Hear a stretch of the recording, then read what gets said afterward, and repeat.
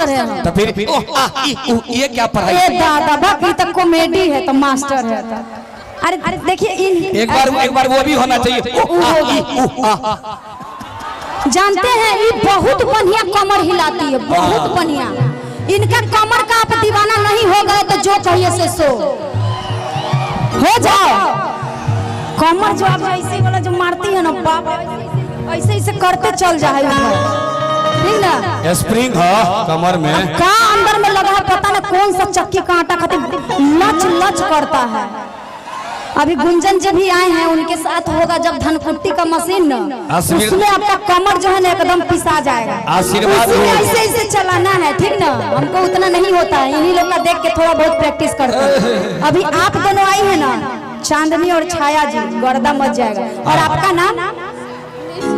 बाप रे निशो जी, ये आप कौन सा आटा खाती हैं? आशीर्वाद भोग। माई कह रही है कौन बाबा है?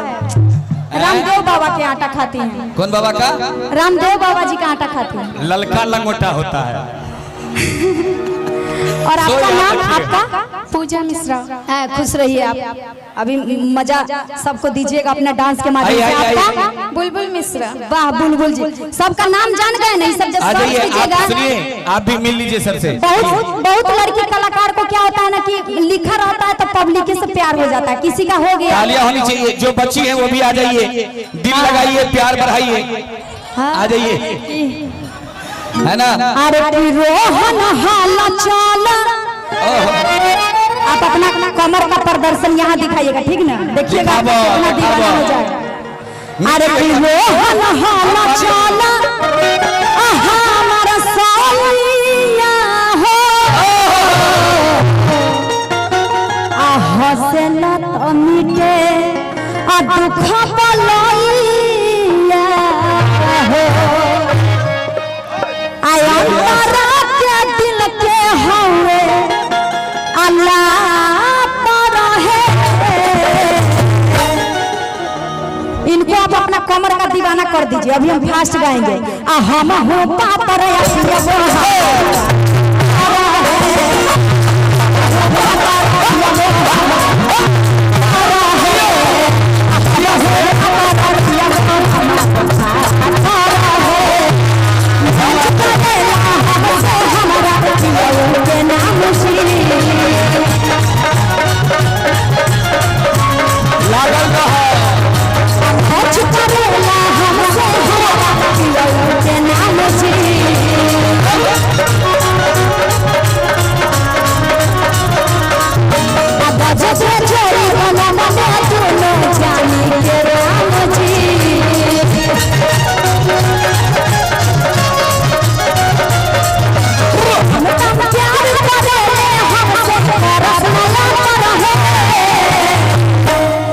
हम हो पापर